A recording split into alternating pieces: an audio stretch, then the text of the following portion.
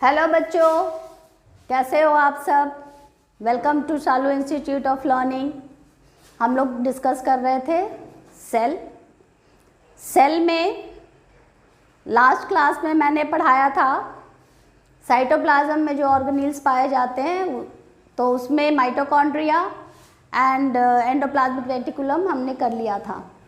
इससे पहले कि मैं आगे शुरू करूं, आई एम सॉरी, मुझसे गलती हो गई थी उसमें। जब मैं यूकैरियोटिक एंड प्रोकैरियोटिक पढ़ा रही थी, तब उस समय इंस्टेड ऑफ माइक्रोमीटर साइज में प्रोकैरियोटिक का माइक्रोमीटर होता है, मैंने उसको म्यू कह दिया था। बाद में मैंने रियलाइज़ किया कि that was just slip of my mind, कि वो होता है micrometer,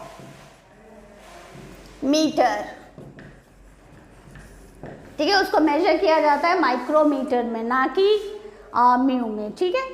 so I am sorry for that. आप उसको करेक्ट कर लेंगे, माइक्रोमीटर होगा वो, ठीक है। अब हम आगे चलते हैं।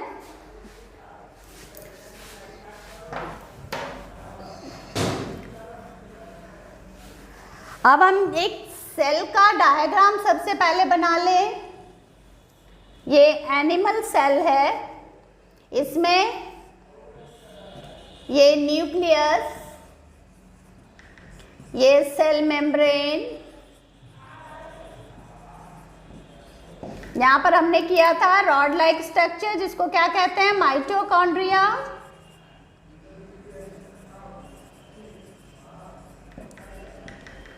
और फिर हमने किया था एंडोप्लाज्मिक रेटिकुलम, ये हो गया।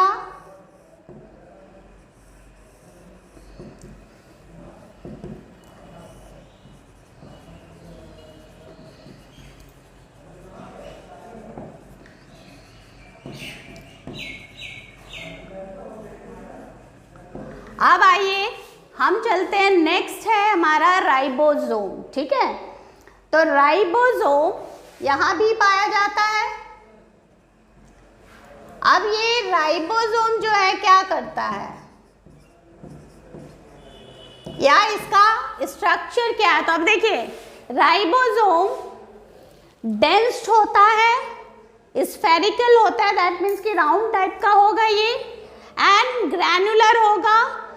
ये पार्टिकल्स है, इसके जो पार्टिकल्स है वो या तो फ्री यहाँ पर कहीं भी पाया जा सकता है, ठीक है, या फिर वो एंडोप्लाज्मिक रेटिकुलम के ऊपर पाया जाता है। जैसे यहाँ पर पाया जा रहा है एंडोप्लाज्मिक रेटिकुलम के ऊपर, तब उसको हम क्या कहेंगे कि ये जब यहाँ पर पाया जा रहा है तो इसको हम कहते हैं कि ये रफ एंडोप्लाज्मिक रेटिकुलम हो गया, ठीक है। रफ एंडोप्लाज्मिक रेटिकुलम हो गया। तो ये यहाँ भी पाया जा सकता है, इसके ऊपर भी पाया जा सकता है, और फ्री यहाँ भी पाया जा सकता है। Is it clear.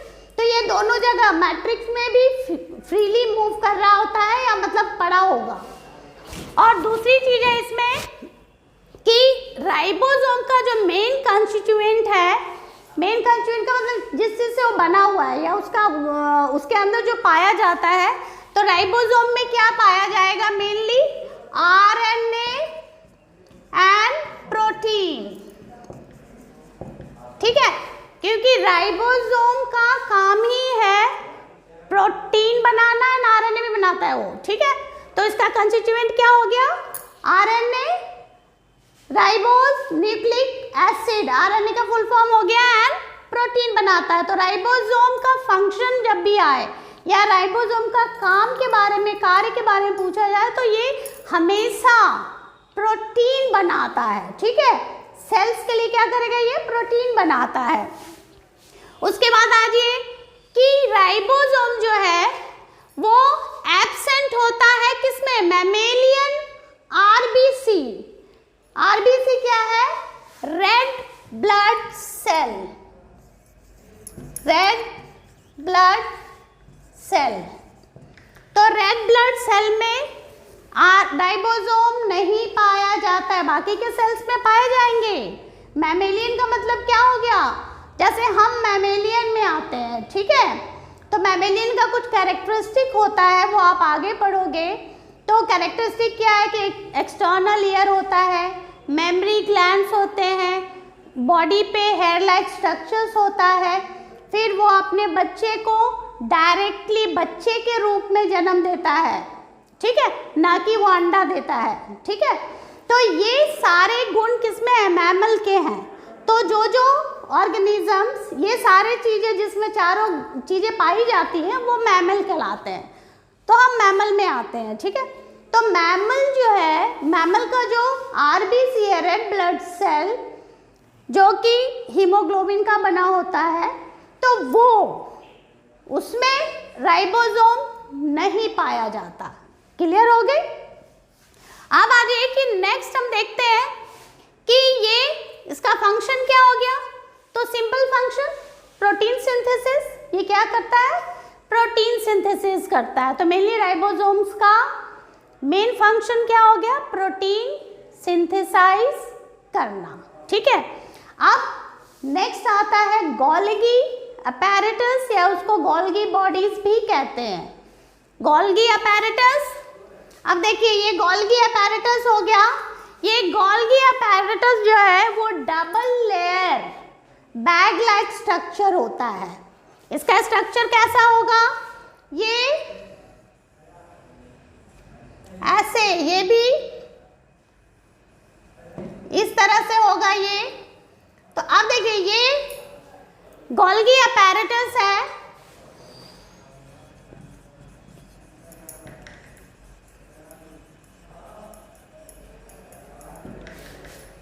Golgi apparatus,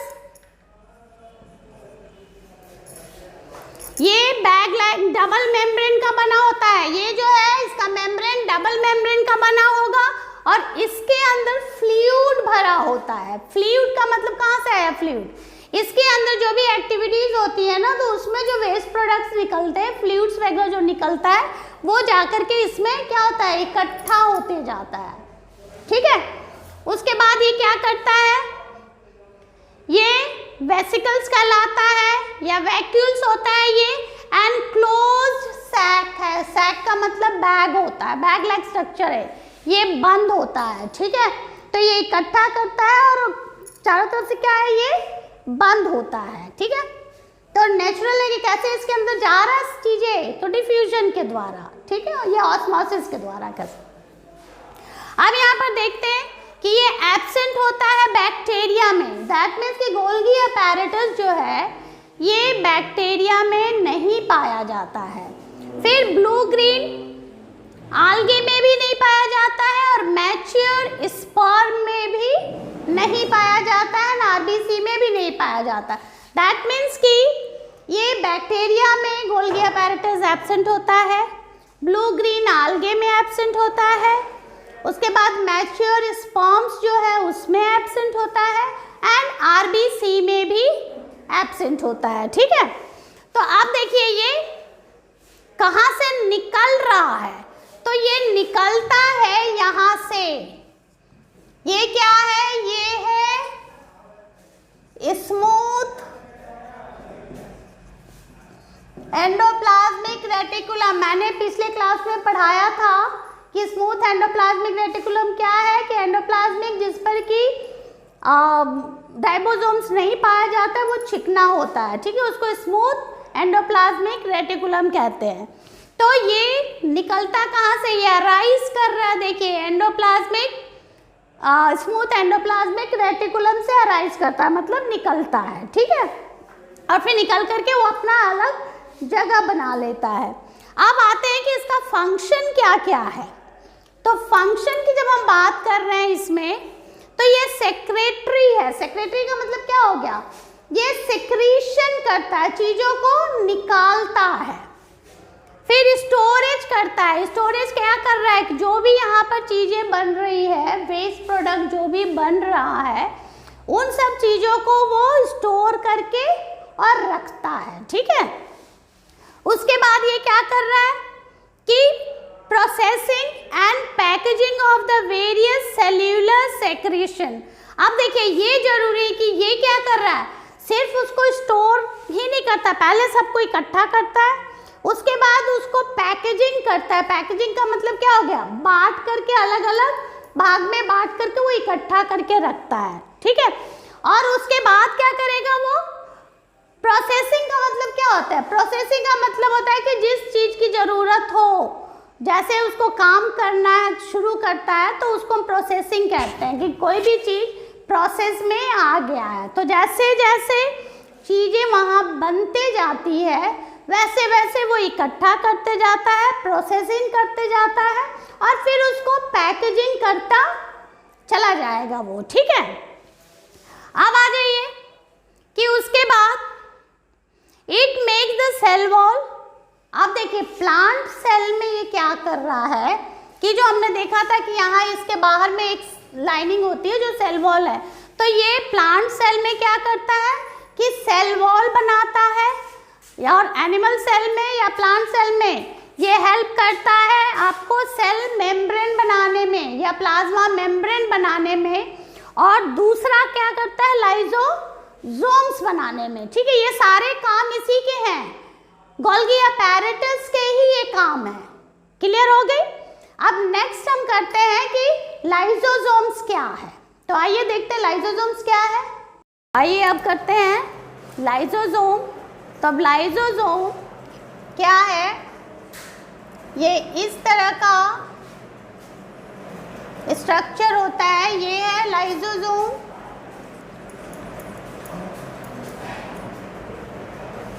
अब यहाँ देखिए लाइजोसोम जो है ये क्या है, डाइजेस्टिव बैग है, ये serves as a intracellular digestive system. That means क्या हो गया कि ये एक तरह का बैग है, इसके अंदर एंजाइम्स भरा होता है और ये एंजाइम्स डाइजेशन के काम करता है, ठीक है। डाइजेशन ये इंट्रासेल्यूलर डाइजेस्टिव सिस्टम का काम करेगा। दैट मीन्स कि ये डाइजेशन में यहाँ पर काम कर रहा है। अब इसका स्ट्रक्चर कैसे होता है, स्फेरिकल सैक लाइक होता है। देखिए यहाँ पर ये सैक लाइक, दैट मीन्स कि बैग लाइक स्ट्रक्चर हो गया ये। उसके बाद इसमें पावरफुल एंजाइम्स होता है जो कि किसी भी तरह के ऑर्गेनिक मटेरियल्स को तोड़ सकता है, तोड़ करके उसे वो डाइजेस्ट करता है, ठीक है। क्या करता है ये, इसमें एक पावरफुल एंजाइम्स है जो कि ऑर्गेनिक मटेरियल्स या कोई भी बाहर का सब्सटेंस, अगर अंदर बाहर का कोई भी चीज़ अंदर घुस गया तो उसको वो तोड़ करके और डाइजेशन का काम करेगा, डाइजेस्ट कर देता है उसे। अब यहाँ पर देखिए कि लाइजोसोम जो है इसका जो एंजाइम्स है ये कहाँ से बनता है, made up of by the RER। Lysosomes का जो एंजाइम्स है वो कहाँ प्रोड्यूस हो रहा है, यहाँ पर, ठीक है। रफ एंडोप्लाज्मिक रेटिकुलम इसको बनाता है, किसको बना रहा है, ये लाइजोसोम्स का जो एंजाइम्स है उसको बनाता है कौन, रफ एंडोप्लाज्मिक रेटिकुलम बनाता है, क्लियर हो गई।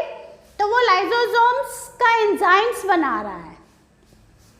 अब आ जाइए कि इसका फंक्शन क्या हो गया, तो नेचुरल है कि जब कोई भी फॉरेन मटेरियल जैसे वायरस है, बैक्टीरिया है या कोई भी चीज़ जो अनवांटेड है अगर वो सेल्स के अंदर घुस गया तो इसका जो पावरफुल एंजाइम है वो उस पर काम करेगा और उस पर काम करने के बाद उसको तोड़ करके डाइजेस्ट कर देता है, ठीक है।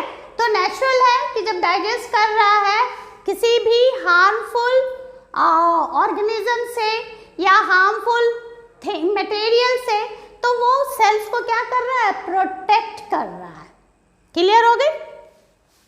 अब आइए कि इसका जो डाइजेस्ट कर दिया उसको, अब देखिए यहाँ पर कि प्रोटेक्शन तो है ही है, removes the worn out and the poorly working cellular organelles by digesting them।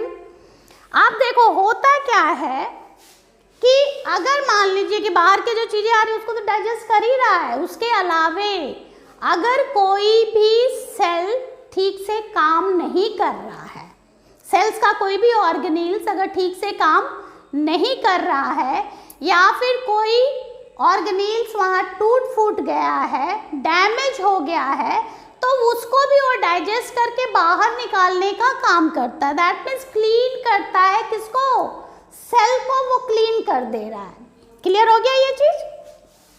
अब आइए उसके बाद कि when cell gets damaged, lysosomes may burst and the enzymes eats up the cell.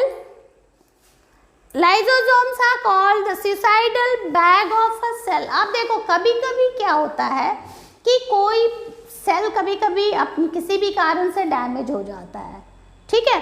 जब वो डैमेज हो जाता है तो लाइसोसोम क्या करता है कि जब सेल डैमेज हो गया तो लाइसोसोम बर्स्ट कर जाएगा, बर्स्ट करके उसका सारा एंजाइम्स को बाहर निकाल लेता है और बाहर निकालने के बाद सेल्स, जब एंजाइम्स बाहर निकलेगा तो सेल्स के जितने भी ऑर्गेनील्स हैं वो सारे क्या हो जाएंगे? डाइजेस्ट हो जाएंगे। जब सेल ही नहीं रहेगा तो ये कहाँ से रहेगा? ये खुद भी मर जाएगा, ठीक है। तब उस कंडीशन में क्या कहेंगे इसको कि इसीलिए इसको कहा गया कि ये क्योंकि खुद भी मर जा रहा है, इसलिए इसको उस कंडीशन हम कहते हैं कि ये सुसाइडल बैग है। क्या है? लाइसोसोम्स को कहा गया सुसाइडल बैग। क्यों कहा गया है? क्योंकि जब को सेल्स का कोई ऑर्गेनील ज़्यादा डैमेज हो जाए या सेल्स जब डैमेज हो जाता है तब ये बर्स्ट करता है और इसके सारे एंजाइम्स क्या होते हैं? बाहर निकलते हैं। डाइजेस्टिव एंजाइम से वो पावरफुल होता है तो वो क्या करेगा? पूरे सेल को डाइजेस्ट कर देगा। जब सेल डाइजेस्ट हो जाएगा तो नेचुरल है कि लाइसोसोम भी खत्म हो जाएगा, ठीक है। वो खुद भी मर गया, अपने ही डाइजेस्टिव एंजाइम के द्वारा क्या हो रहा है? वो खुद भी मर रहा है। इसीलिए इसको कहा गया है कि ये सुसाइडल बैग है, ठीक है। एक क्वेश्चन इस पे अक्सर पूछा जाता है कि why lysosome is called the suicidal bag, called as suicidal bag.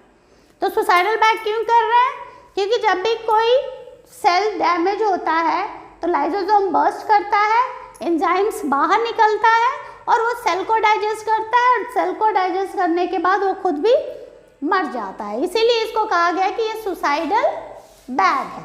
Clear हो गया? अब आ जाइए कि इसके बाद ये तो कंप्लीट हो गया। अब हम देखते हैं कि प्लांट सेल में, अब हम शिफ्ट करेंगे प्लांट सेल में, क्योंकि यहाँ तक तो जो भी हमने पढ़ा ये दोनों में पाया जा रहा है, प्लांट सेल में भी पाया जा रहा है और एनिमल सेल में भी पाया जा रहा है, ठीक है। अब हम चलते हैं कि प्लास्टिड जो है वो सिर्फ पाया जाता है प्लांट सेल में, ठीक है। तो हम यहाँ पर प्लांट सेल बना लेते हैं।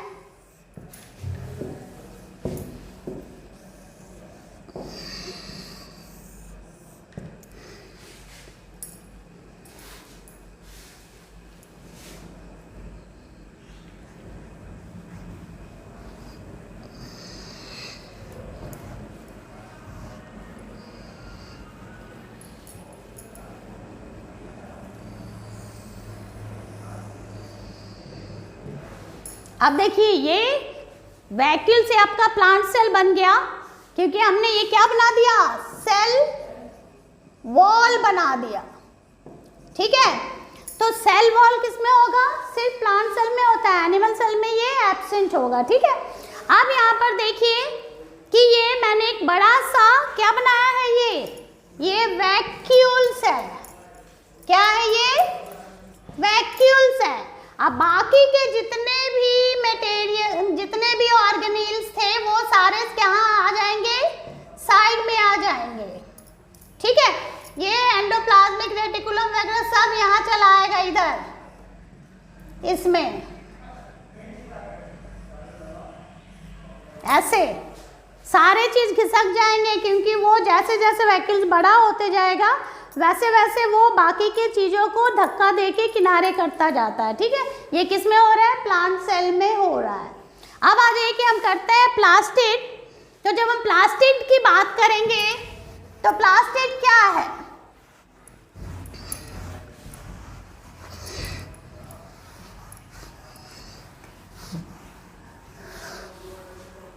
अब देखिए प्लास्टिड जो होता है, plastids are found only in the plant cell and absent in animal cell.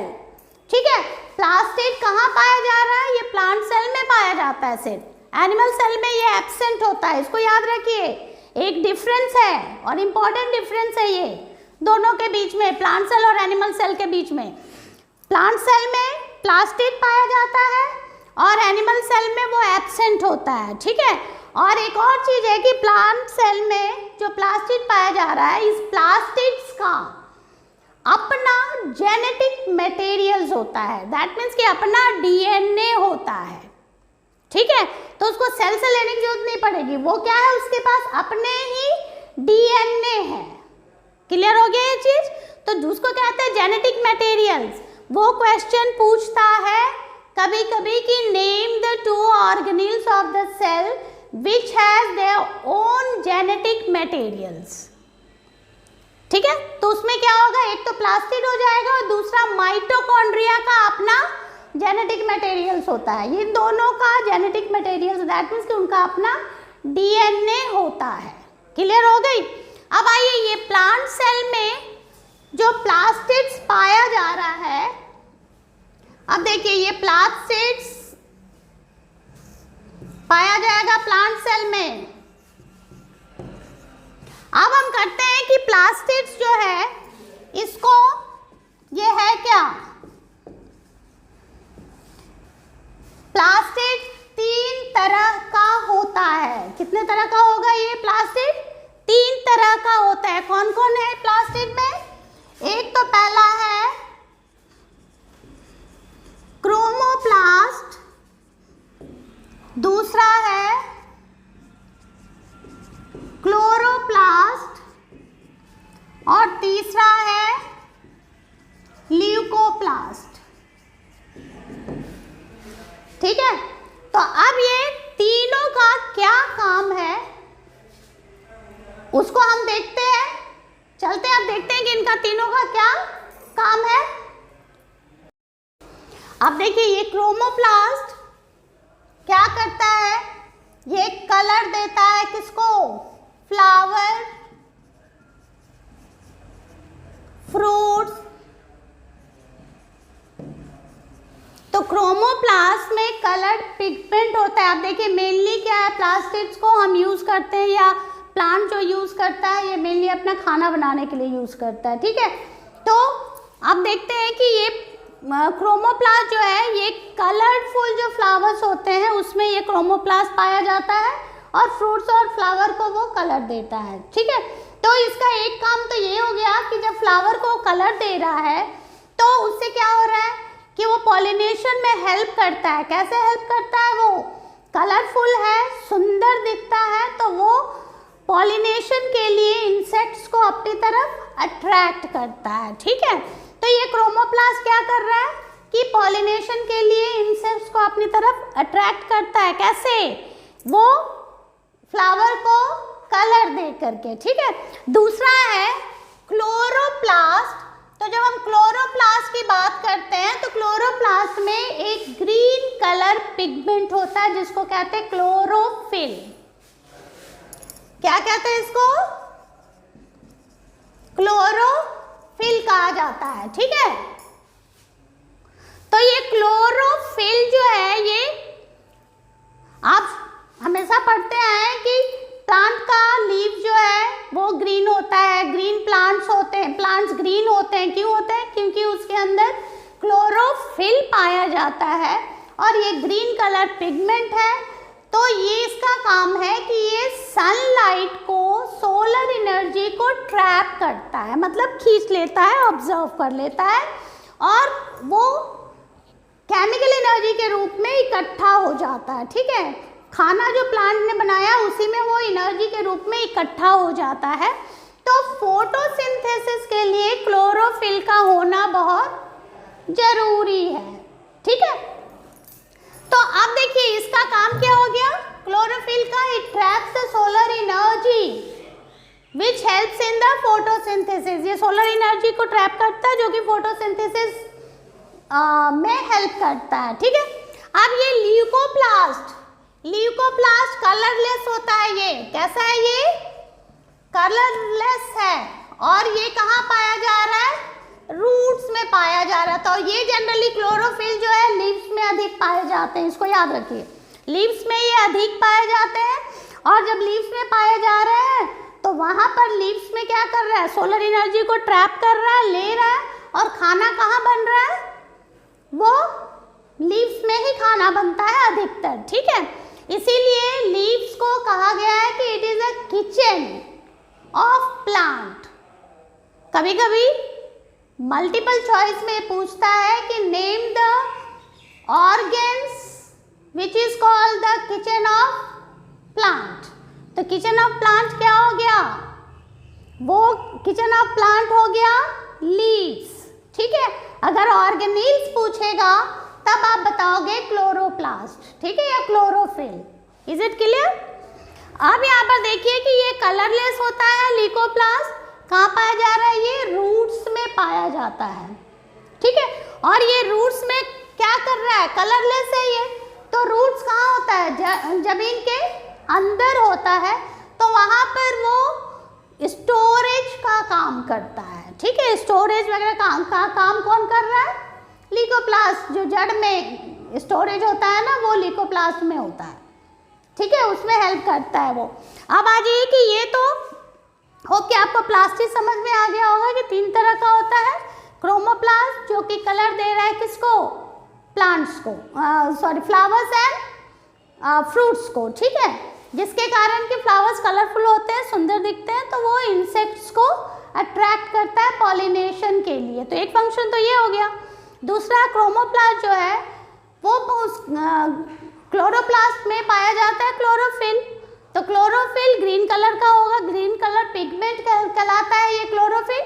और इसका काम क्या है? Helps in, it traps the solar energy. वो सोलर एनर्जी को लेता है और फोटोसिंथेसिस में हेल्प करता है, ठीक है। और तीसरा है लीकोप्लास्ट। तो लीकोप्लास्ट कलरलेस है, जड़ में पाया जाता है, और इसका काम क्या हो गया? स्टोरेज का काम करता है ये, ठीक है। अब आप देखते हैं कि हम वैक्यूल्स, ये जो वैक्यूल्स है इसको देखते हैं। तब देखिए वैक्यूल्स के बारे में जब हम पढ़ेंगे तो वैक्यूल्स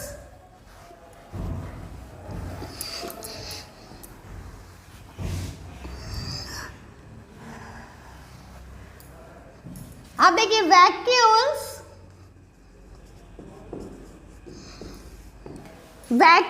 जनरली प्लांट सेल में पाया जाता है और ये बड़ा पाया जाता है। वैक्यूल्स कहाँ पाया जा रहा है? जनरली प्लांट सेल में, ठीक है। और एनिमल सेल में ये एब्सेंट भी हो सकता है। अगर पाया भी जा रहा है तो छोटा छोटा पाया जाता है। क्लियर हुआ? एनिमल सेल में ये पाया जाता है तो छोटा छोटा पाया जाता है। अब यहाँ पर देखेंगे कि साइज वैक्यूल्स का किसमें बड़ा है? प्लांट सेल में बड़ा होता है, एनिमल सेल में छोटा होता है। ये वैक्यूल्स भी एक तरह का बैग लाइक स्ट्रक्चर है जो कि अपने अंदर वेस्ट चीज़ों को इकट्ठा करते जाता है, ठीक है। मेटाबॉलिक वेस्ट जो बनता है प्लांट या एनिमल्स में, उन चीज़ों को वो क्या करता है? इकट्ठा करता है। Is it clear? अब हम देखते हैं इसको कि वैक्यूल्स जो है, ये वैक्यूल्स में क्या हो रहा है कि एनिमल्स में अगर हम देखेंगे, अगर वो पाया जा रहा तो कैसा पाया जाएगा? तो छोटा पाया जाएगा। इसका स्ट्रक्चर कैसा है? बैग लाइक स्ट्रक्चर है ये, ठीक है। तो अब हम ये देखते हैं कि अगर ये पाया जा रहा है, अगर छोटा है तो इसमें क्या होगा? इसमें वाटर, ग्लाइकोजन,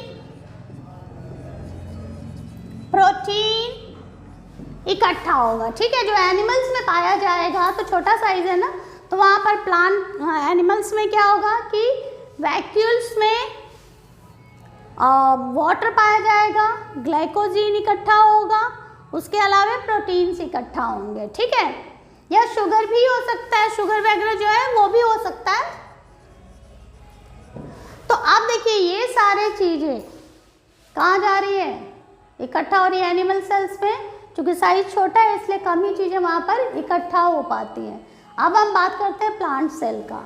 तो तो प्लांट सेल में इसका साइज जो है ये बहुत बड़ा होता है। जैसे जैसे बड़ा कैसे हो गया, एक ही बार बड़ा नहीं होता है, जैसे जैसे प्लांट सेल ग्रो करता जाता है वैसे वैसे चीज़ें उसके अंदर इकट्ठा होते जाती है और उसका साइज बढ़ता जाता है। ठीक है, तो प्लांट सेल का round about 50 to 90% of volume, 50 से 90% वॉल्यूम जो है प्लांट का, वो प्लांट सेल का वो फिल्ड होता है किससे, ये भर लेता है। वैक्यूल जो है वो करीब करीब 50 से 90% वॉल्यूम प्लांट सेल का वैक्यूल्स का होता है। ठीक है, इसलिए वो बड़ा हो जाता है। अब इसका काम क्या है, तो अब देखो सेल्स के अंदर बहुत सारे एक्टिविटीज़ होते रहती हैं। रेस्पिरेशन भी होता है, खाना भी बनता है, एक्सक्रीशन भी होता है, बहुत सारी चीज़ें, बहुत सारे मेटाबॉलिक एक्टिविटीज़ होती हैं। तो जितने भी वेस्ट प्रोडक्ट मेटाबॉलिक एक्टिविटीज़ में निकलते हैं तो वो सारी चीज़ें कहाँ इकट्ठा होता है, इस वैक्यूल्स में। तो वैक्यूल्स क्या काम कर रहा है, स्टोरेज का काम कर रहा है। और डिफरेंट तरह की चीज़ें, जैसे मान लीजिए इसमें प्रोटीन भी होगा, ग्लूकोज भी होगा, उसके बाद वाटर भी होगा, मेटाबॉलिक वेस्ट भी होगा। तो इसमें सॉलिड एंड लिक्विड दोनों वेस्ट जो बनते हैं वो सारे ये क्या करता है, इकट्ठा करते जाता है। ठीक है, तो अब देखिए ये वैक्यूल्स का काम हो गया। तो वैक्यूल्स भी एक डिफरेंस, प्लांट सेल और एनिमल सेल का जब डिफरेंस की हम बात करते हैं तो उसमें वैक्यूल्स भी आता है। प्लांट सेल में ये बड़ा होता है, कितना वॉल्यूम कवर करेगा सेल का, round about 50 to 90% of volumes जो है सेल का कवर कर लेता है वैक्यूल्स। ठीक है, और एनिमल सेल्स में ये या तो एब्सेंट हो जाएगा या फिर छोटा होता है। क्लियर हो गई, तो ये हो गया हमारा वैक्यूल्स के बारे में। तो ये सारे ऑर्गेनेल्स हमने डिस्कस कर लिए जो कि हमारे साइटोप्लाज्म में पाया जाता है। ठीक है, तो अब देखिए यहाँ पर हम कंप्लीट करते हैं पूरा सेल। यहाँ पर सेल कंप्लीट हो गया। और जब difference of plant and animal cells की बात जब हम करते हैं तो कुछ डिफरेंसेस हैं जो कि प्लांट सेल और एनिमल सेल्स में है। तो ये हम डिस्कस करते हैं, इसको थोड़ा सा डिफरेंसेस देख लेते हैं कि क्या क्या डिफरेंसेस हैं। ऑलरेडी आप पढ़ चुके हो। ठीक है, तो आइए हम देखते हैं कि क्या क्या डिफरेंसेस है प्लांट्स और एनिमल सेल में, उसको आप देखते हैं हम डिफरेंस प्लांट सेल और एनिमल सेल्स में। तो यहीं पर हम बना देते हैं, ये एनिमल सेल, ये प्लांट सेल।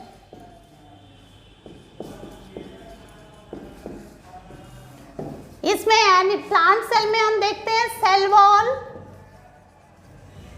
प्रेजेंट, यहाँ पर सेल वॉल एब्सेंट। दूसरा है lysosomes absent,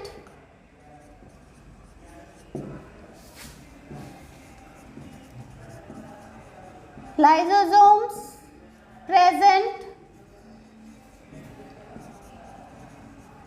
more in number। यहाँ पर if present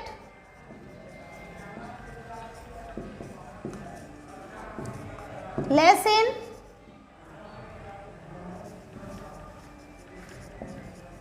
number and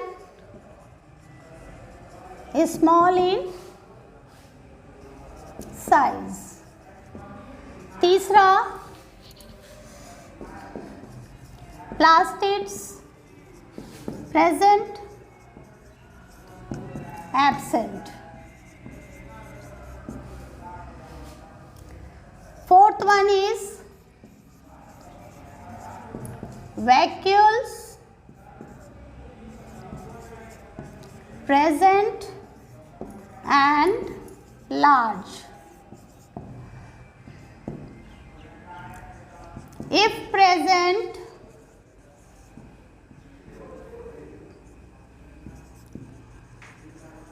small in size. अब देखिए एक और स्ट्रक्चर होता है जो कि एनिमल सेल्स में पाया जाता है, सेंट्रोसोम्स. ठीक है, तो यहाँ पर सेंट्रोसोम्स